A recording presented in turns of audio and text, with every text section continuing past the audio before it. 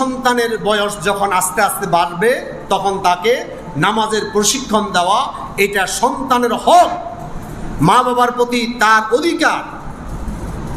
সুনানে আবু দাউদ শরীফের হাদিস নাম্বার 495, আন আমর ইবনে শুআইব রাদিয়াল্লাহু তাআলা আনহু আন আবিহি ওয়া আন জাদ্দিহি।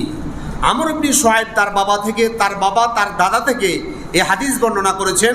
ক্বালা রাসূলুল্লাহ সাল্লাল্লাহু আলাইহি সাল্লাম, রাসূল পাক সাল্লাল্লাহু আলাইহি সাল্লাম বলেছেন, মুরু আওলাদাকুম বিস-সালাতি ওয়া হুম আবনাউ সাব'i সিনিন। রাসূল পাক সাল্লাল্লাহু আলাইহি সাল্লাম বলছেন, মুরু আওলাদাকুম বিস-সালাতি, তোমরা তোমাদের সন্তানকে সালাতের জন্য আদেশ দাও। তাদেরকে বুঝানো নয়, আদেশ দিতে হবে। আবার আদেশ অমান্য করলে শাস্তির আওতায়ও আনতে হবে।